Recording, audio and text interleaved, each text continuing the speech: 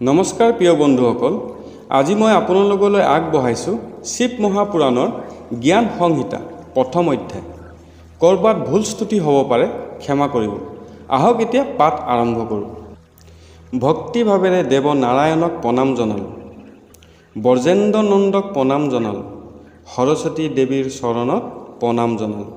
তাৰ পাছত ব্যাসদেৱৰ চৰণ চিন্তা কৰি প্ৰণাম জনালোঁ। তাৰ পাছত সকলো ভক্তৰ পদ বন্দনা কৰিলোঁ। সকলো মহাপুৰাণৰ ব্যাসদেৱে বিৰচিত। সেই পুৰাণত যিবোৰ পবিত্ৰ আখ্যান উপাখ্যান আছে, সেইবোৰৰ গদ্যৰূপ দিয়া কঠিন কাম।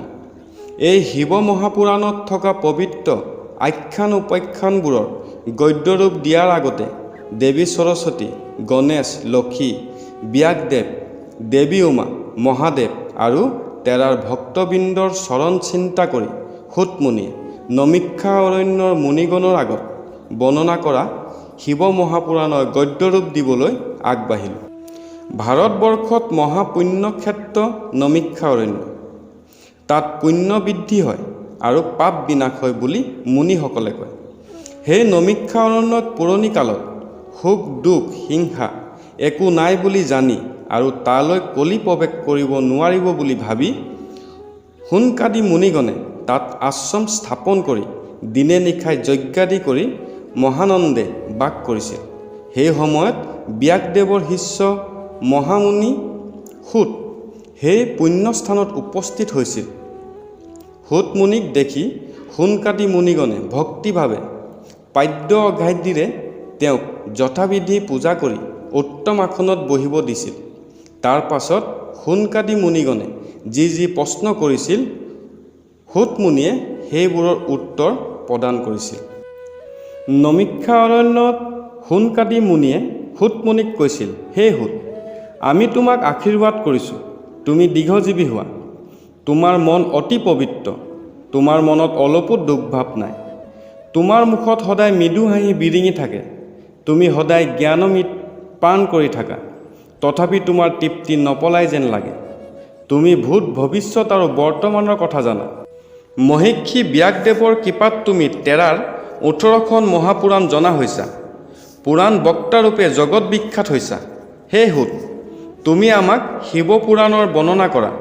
প্ৰথমে তুমি আমাক সৰ্বোত্তম মহেশ্বৰ কি ৰূপ, তেওঁক কিদৰে পূজা কৰিলে সন্তুষ্ট হয়, তেওঁৰ বিভিন্ন আচৰণ কেনেধৰণৰ, সেইবোৰ বহলাই বৰ্ণনা কৰা। আমি জনাত তেওঁ পৰম নিগুণ, কিন্তু তেওঁ জগতত কেনেকৈ সগুণৰ যুক্ত হয় সেই কথাও জনোৱা। মংগল বিধাতা দেৱাদেৱ পঞ্চানন জগতত সৃষ্টিৰ পূৰ্বে ক'ত আৰু কিদৰে আছিল জনোৱা। তেওঁক কিদৰে ভক্তি কৰিব লাগে, কিদৰে পূজা কৰিলে সন্তুষ্ট হয় আৰু তেওঁৰ ভকতক কি ফল প্ৰদান কৰে, সৰ্বিশেষ জানিবলৈ আমাৰ প্ৰবল হেঁপাহ হৈছে। তুমি দয়া কৰি পৰম পবিত্ৰ শিৱৰ লীলা বৰ্ণনা কৰা। সোণকাদি মুনিগণৰ কথা শুনি সূতমুনিয়ে মৃদু হাঁহি মাৰি কৈছিল, হে মুনিগণ, আপোনালোকে মোক যি সুধিছে মই যথাসাধ্যে সেইবোৰ কথা জনাম। মোৰ গুৰু মহিষী ব্যাসদেৱে মোৰ আগত শিৱ মহাপুৰাণ যিদৰে বৰ্ণনা কৰিছে, ময়ো সেইদৰে আপোনাসৱক জনাম। হে মুনিগণ, পুৰণি কালৰ এসময়ত নাৰদ মুনিয়ে আনন্দ মনে পৃথিৱী ভ্ৰমণ কৰিছিল। তেওঁ পৃথিৱীৰ বহু স্থান, বহু শিৱলিংগ দৰ্শন কৰিছিল। তেওঁ সেই শিৱলিংগবোৰ ভক্তিভাৱে পূজা আৰু প্ৰণাম কৰিছিল। পৃথিৱী ভ্ৰমণ সমাপ্ত কৰি তেওঁ শিৱ মহাত্মা জানিবৰ বাবে পিতা ব্ৰহ্মাদেৱৰ ওচৰলৈ গমন কৰিছিল। তেওঁ ব্ৰহ্মাদেৱৰ চৰণ বন্দনা কৰি হাতযোৰ কৰি কৈছিল, হে পিতা, মই আপোনাৰ কৃপাত উত্তম ভক্তি মাৰ্গ, বিষ্ণুৰ মহাত্মা, কঠোৰ তপস্যা, দান ধৰ্ম, জ্ঞান মাৰ্গ, তীৰ্থমাৰ্গ আদিবোৰ জনা হৈছোঁ। আপোনাৰ মুখে সেই মাৰ্গ জ্ঞান লাভ কৰি পৰম আনন্দিত হৈছোঁ। হে পিতাদেৱ, মই কিন্তু এতিয়ালৈকে শিৱতত্ত্বৰ কথা একো জনা নাই। শিৱক কিদৰে পূজা কৰিব লাগে আৰু তেওঁৰ অনন্ত লীলাৰ কথা মই নাজানো। হে পিতা, আপুনি মোক শিৱৰ মহাত্মা, তেওঁ সন্তুষ্ট হ'ব পৰা ব্ৰত, তেওঁক কিদৰে আৰাধনা কৰিব লাগে, তেওঁৰ ভক্তৰ প্ৰতি কি দয়া কৰে, নাইবা কি ফল প্ৰদান কৰে মোক জনাওক। পুত্ৰ নাৰদৰ কথা শুনি ব্ৰহ্মাদেৱে আনন্দ ভাৱ প্ৰকাশ কৰি কৈছিল, হে নাৰদ, তুমি ত্ৰিলোকৰ হিতৰ বাবে মোক এই কথাবোৰ সুধিলা বুলি ভাবিছোঁ। মই তোমাক তোমাৰ প্ৰশ্ন উত্তৰ প্ৰদান কৰিম। তুমি সোধা কথাবোৰ উত্তৰ শ্ৰৱণ কৰিলে মানুহৰ পাপ বিনাশ হ'ব।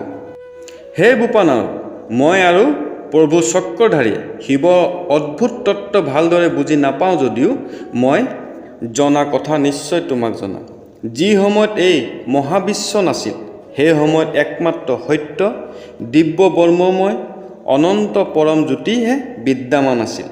সেই পৰম জ্যোতিৰ তেতিয়া আদি আৰু অন্ত একোৱে নাছিল।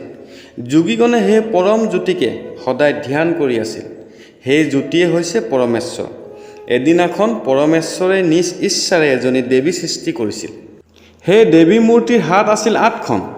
সহস্ৰ পূৰ্ণিমা চন্দ্ৰৰ উজ্জ্বল পোহৰৰ দৰে আছিল মুখমণ্ডল। বিচিত্ৰ বস্ত্ৰ দেহত ধাৰণ কৰিছিল। দেহৰ বিভিন্ন অংগত নানা অলংকাৰ ধাৰণ কৰিছিল। তেওঁৰ দেহ, জ্যোতি আৰু শক্তি আছিল বৰ্ণানীত। হে পুত্ৰ, তেওঁৰ কাষত এজন পুৰুষ মূৰ্তিও দেখা গৈছিল। সেই পুৰুষ মূৰ্তিৰ সমান অপূৰ্ব মূৰ্তি পুৰুষ দ্বিতীয় এজন এই বিশ্ব ব্ৰহ্মাণ্ডত দেখা পোৱা নগৈছিল। সেইজনী দেৱী আৰু সেইজনা পুৰুষ মূৰ্তিয়ে নানা ৰূপ ধাৰণ কৰি থাকে। দেৱীজনীক প্ৰকৃতি আৰু মায়াদেৱী বোলা হয়। সেই প্ৰকৃতি য'তেই প্ৰকাশিত হয় তাতে পুৰুষজনেও প্ৰকাশিত হয়। সেই দেৱীয়ে যি ৰূপ ধাৰণ কৰে, সেই পুৰুষেও সেই ৰূপ ধাৰণ কৰে। সেই পুৰুষ আৰু প্ৰকৃতিয়ে উভয়ে মিলিত হৈ সৃষ্টি কৰিবলৈ মনতে চিন্তা কৰিছিল। সেই সময়ত হঠাৎ জলৰ মাজৰ পৰা দৈব্যবাণী শুনা গৈছিল এনেদৰে, তোমালোকে তপস্যা কৰা, তোমালোকৰ মনৰ পৰা চিন্তা দূৰ কৰা। পুৰুষ আৰু প্ৰকৃতিয়ে সেই দৈব্যবাণী শ্ৰৱণ কৰি কঠোৰ তপস্যাত মগ্ন হৈছিল। তপস্যাৰ প্ৰভাৱত তেওঁলোকৰ দেহৰ পৰা সহস্ৰ ধাৰাত জলৰাশি বাহিৰ হৈছিল। হে নাৰদ, সেই সময়ত যিমান দৈব্য আছিল সেইবোৰ সেই পুৰুষ আৰু প্ৰকৃতিৰ দেহৰ পৰা নিগত হোৱা জলৰাশিৰ প্ৰভাৱিত হৈ সেই দৈব্যবোৰ প্লাৱিত হৈছিল। সেই জলৰাশিয়ে হৈছে ব্ৰহ্মস্বৰূপ অনন্ত। সেই জল স্পৰ্শ কৰিলে পাপ বিনাশ হয়। তেতিয়া পুৰুষ আৰু প্ৰকৃতিয়ে বহুকাল সেই জলত শয়ন কৰিছিল। জলৰ অৰ্থ নাৰ বোলা হয়। সেইবাবে পুৰুষৰ নাম নাৰায়ণ হৈছে আৰু প্ৰকৃতিৰ নামো নাৰায়ণী হৈছে বুলি জানি ল'বা। সেই পুৰুষৰ সহযোগত বহু পদাৰ্থৰ জন্ম হৈছে। অব্যক্ত প্ৰকৃতিৰ পৰা মহতত্ত্ব জন্ম হয়। সেই মহতত্ত্ব 3 গুণাত্মক। সেই 3 গুণ সকলোতে ব্যাপ্ত হৈ থাকে। মহতত্ত্বৰ পৰা সৃষ্টি হয় অহংকাৰ। তাৰ পৰা জন্ম হয় পঞ্চতত্ত্বৰ, গন্ধ, ৰস, ৰূপ, স্পৰ্শ আৰু শব্দ। সেই পঞ্চতত্ত্বৰ পৰা জন্ম হয় পঞ্চভূত, মাটি, পানী, বায়ু, অগ্নি আৰু আকাশ। সেই পঞ্চভূতৰ পৰা জন্ম হয় মন আৰু 10 ইন্দ্ৰিয়। এনেদৰে দ্বাবিংহতীৰ তত্ত্বৰ সৃষ্টি হয়। সেইবোৰ অচেতন। সেই তত্ত্বৰ লগত পুৰুষ প্ৰকৃতিৰ তত্ত্ব মিলিত হ'লেই চতুৰ্বিংশ তত্ত্বৰ সংখ্যা পোৱা যায়। বিষ্ণুৱে সকলো তত্ত্ব নিজৰ আয়ত্তত ৰাখি জলৰ ওপৰত শয়ন কৰি আছিল। তেওঁৰ নাভিৰ পৰা এটি সুন্দৰ পদুম ফুল জন্ম হৈছিল। সেই পদুমৰ গৰ্ভৰ পৰা মোৰ জন্ম হয়। মই জন্ম লাভ কৰিছিলোঁ যদিও বিষ্ণুৰ মায়াত মোহিত হৈ আছিলোঁ। মই সেই সময়ত জল আৰু পদুমটিৰ বাহিৰে আন কোনো ব্যক্তি দেখা পোৱা নাছিলোঁ। তেতিয়া মোৰ মনত প্ৰশ্ন হৈছিল, মই কোন? মই কাৰ পুত্ৰ? মোৰ পৰিচয় কি? কৰ্তব্য কি আৰু ক'ৰ পৰা আহিলোঁ? তেনেদৰে গভীৰভাৱে চিন্তা কৰিও মই একো জনা নাছিলোঁ। তাৰ পাছত মই ভাবিছিলোঁ যে মই পদুমটিৰ গুৰি য'ত আছে তাতে নিশ্চয় মোৰ সৃষ্টি কৰাজন আছে। সেই চিন্তা কৰি এই পদুমৰ ঠাৰিত ধৰি পানীৰ তললৈ গমন কৰিছিলোঁ। 100 বছৰ সেই ঠাৰি অৱলম্বন কৰি পানীৰ তললৈ গৈ থাকিও মই পদুমটিৰ জন্মস্থান পোৱা নাছিলোঁ। তেতিয়া মই আচৰিত হৈ পুনৰ পদুমৰ ঠাৰিৰ অৱলম্বন কৰি 100 বছৰ পানীৰ তললৈ গমন কৰিছিলোঁ যদিও পদুমৰ গুৰি ক'ত বিচাৰি পোৱা নাছিলোঁ। কি কৰোঁ, কি নকৰোঁ একো ভাবি নাপাই মই সেই স্থানত কিছুকাল অৱস্থান কৰিছিলোঁ। সেই সময়ত মই গভীৰভাৱে চিন্তামগ্ন হোৱাত এনেদৰে দৈব্যবাণী শুনিছিলোঁ, হেৰা বৰ্মা, একান্ত মনে তপস্যা কৰা। সেই বাণী শ্ৰৱণ কৰাৰ পাছত মই মন স্থিৰ কৰি 12 বছৰ তপস্যা কৰিছিলোঁ। মোৰ প্ৰতি তুষ্ট হৈ প্ৰভু নাৰায়ণে মোক দেখা দিছিল। শংখ চক্ৰ গদা পদ্ম ধাৰণ কৰা, চতুৰ্ভুজৰ সুলোচনৰ নৱঘনশ্যাম পীতাম্বৰ, মুখত মৃদু হাঁহি, শিৰত কিৰীটি আৰু দেহৰ বিভিন্ন স্থানত ৰত্ন দিব্য অলংকাৰে সুশোভিত পৰম মংগলময় প্ৰকৃতি সম্ভূত পৰম সুন্দৰ সেই পুৰুষ মূৰ্তি দৰ্শন কৰি মই বৰ আচৰিত হৈছিলোঁ। মই তেওঁৰ মায়াত মোহিত হৈ তেওঁৰ প্ৰতি ক্ৰোধিত হৈ হাত দাঙি হেৰা চতুৰ্ভুজ তুমি কোন বুলি প্ৰশ্ন কৰিছিলোঁ। ভগৱান বিষ্ণুৱে মোৰ কথা শুনি তেওঁৱে মোৰ সৃষ্টিকৰ্তা বুলি প্ৰকাশ নকৰি মোক কৈছিল, হেৰা বোপা, শুদ্ধ সত্ৰ গুণৰ দ্বাৰা ভগৱান বিষ্ণুৱে তোমাক সৃষ্টি কৰিছে। হেৰা বোপা, তোমাৰ মংগল হওক, তোমাৰ জয় হওক। মোৰ কথা সঁচা বুলি ধৰি ল'বা। মই সেই জনা বিষ্ণুৰ মায়াত মোহিত হৈ পুনৰ ক্ৰোধভাৱে কৈছিলোঁ, হেৰা, তুমি মোক পৰিচয় নিদি বোপা বোপা বুলিছা কিয়? তেতিয়া ভগৱান বিষ্ণুৱে মৃদু হাঁহি মাৰি, হেৰা বোপা, অনাদি বিশ্ব আত্মা বিশ্বম্ভূৰ প্ৰকৃতিৰ প্ৰৱৰ্তক হৈছে বিষ্ণু। সেই জনা বিষ্ণুক তুমি এনেদৰে কৈছা কিয়? মোকেই বিশ্ববীজ পৰমাত্মা বুলি জানি লোৱা। ময়ে জগতৰ বিধাতা আৰু সৰ্তাকৰ্তা। মোৰ পৰাই তোমাৰ জন্ম হৈছে। তুমি নিশ্চয় প্ৰভু নাৰায়ণক দৰ্শন কৰি আচৰিত হৈছা। ইয়াত তোমাৰ কোনো দুখ হোৱা নাই। মোৰ মায়াৰ বাবেই তোমাৰ এনে ঘটনা ঘটিছে। হে বৰ্মা, প্ৰকৃত সত্য কথা শুনা। তুমি যিবোৰ দৰ্শন কৰিছা সেই সকলোবোৰ মোৰ পৰাই জন্ম লাভ কৰিছে।